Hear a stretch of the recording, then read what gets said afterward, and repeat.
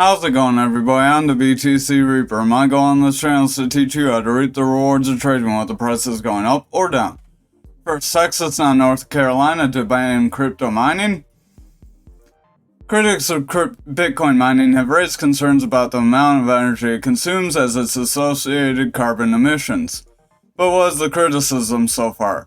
Well, it's true that Bitcoin miners consume a large amount of energy. Other industries are often far worse for the environment. In fact, the banking industry alone overshadows Bitcoin in energy usage. Moreover, the Bitcoin Mining Council estimates that in Q4 2022, green energy accounted for 58.9% of electricity used to mine Bitcoin worldwide.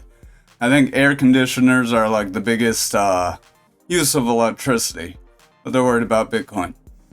And because crypto mining is not currently included in their zoning laws, North Carolina wants to pause Bitcoin mining while they deliberate. They propose a 1-year moratorium on crypto mining, which would allow the country some time to restructure zoning laws. Or county, sorry. So basically, you have a section in North Carolina that wants to get rid of Bitcoin mining just because of energy FUD.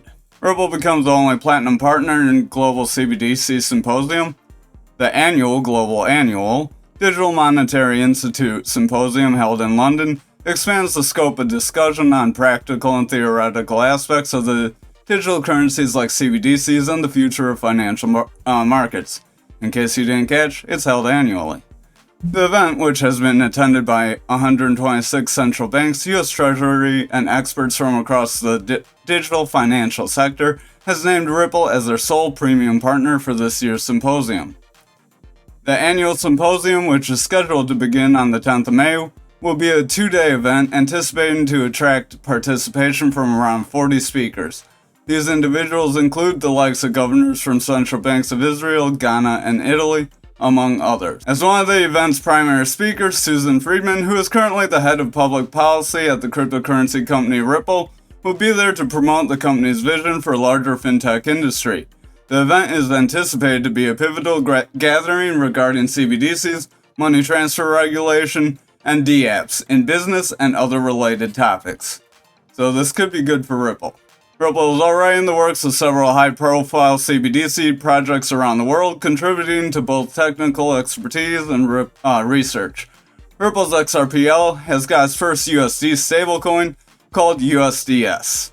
So that might be a foreshadowing of what's to come for this SEC case.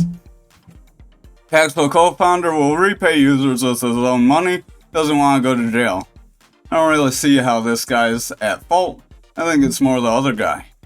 On April 6th, Ray Youssef, CEO and co-founder of Paxful, a US-based P2P Bitcoin exchange, announced that he is working on a plan to reimburse users' funds using his own money in an effort to comply with the law and avoid getting into deeper legal issues following the sudden shutdown of his exchange.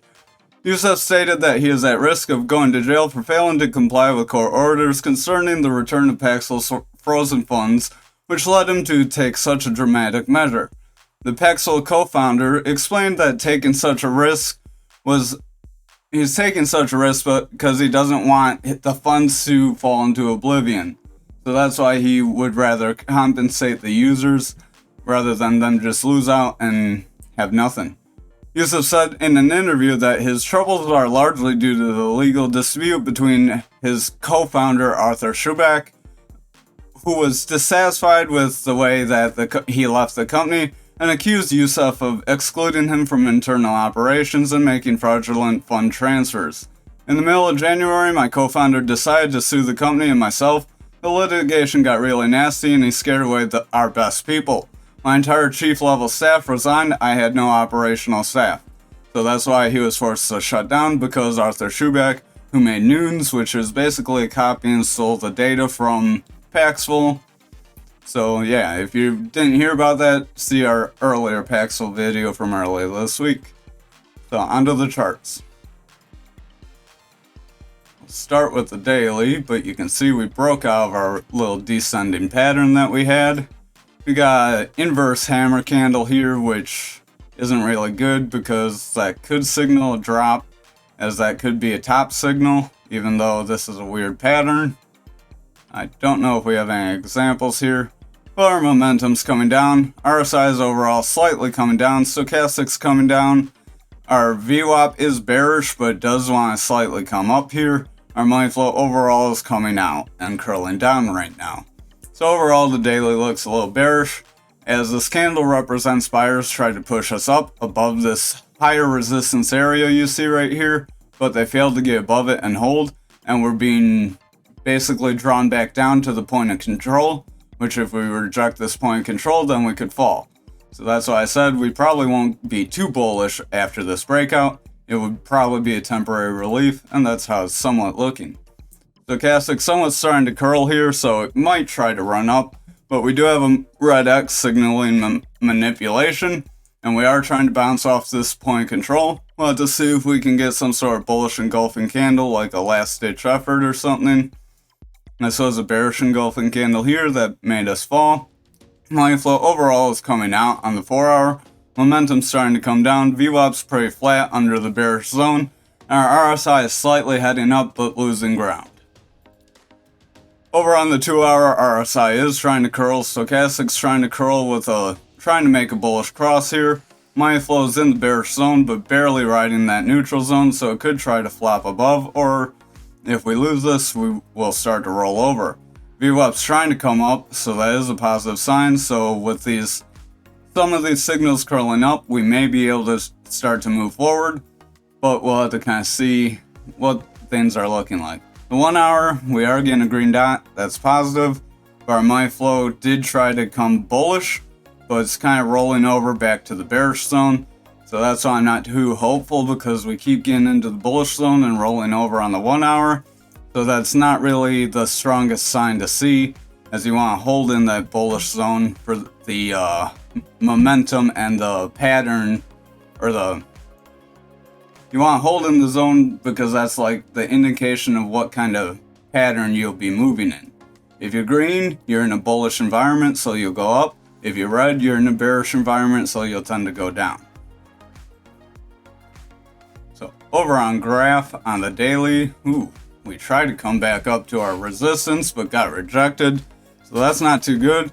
Stochastic's making bearish cross coming down. RSI is pretty flat. Momentum's pretty flat after getting a red dot, so we may try to invalidate that. But our VWAP's coming down and money flow overall is coming out pretty sharply. So that's not too hopeful for that momentum wave. They really want to hit us with ads today. Stochastic's coming down on the 4 hour. RSI is slightly trying to curl up, but overall is coming down. Momentum is coming down after getting a red dot, and our money flow is coming out. Our VWAP is heading down, but somewhat trying to curl. So if it can curl, that would be a positive sign. Over on the 2 hour, money flow is overall coming out. Stochastic looks like it wants to curl soon, and our RSI is trying to curl up. So those are some slight positive signs with those curls, but we'll need those to keep going and not reject. Momentum overall is coming out pretty strongly. Our VWAP is trying to come up, but not too strongly right now. So if the money flow continues to drop, we may see the momentum and VWAP curl. One thing to watch out for. Over on the 1 hour, our money flow tried to come up, got rejected, and it's overall heading down, kind of flat. We are about 8. RSI is trying to head up and curl up, as we are getting a pretty good green candle, at least relative to the last few candles. Momentum's trying to come up with a green dot, so that could give us some momentum here. Our stochastic has a bullish cross and is heading up. So if the next few candles we start running up, this money flow might try to curl up. That'll be one thing you want to watch out for. For ankr, we've managed to bounce off our resistance, but we got rejected by the point of control, much like Bitcoin. So that's not too good of a sign, as we got pretty much the same candle as Bitcoin. Stochastic's making lower highs and is starting to head down. RSI is slightly heading down. Momentum's sort of just flattening out here. VWAP's gone pretty dead, and our money flow is in the bearish zone, but it's pretty flat.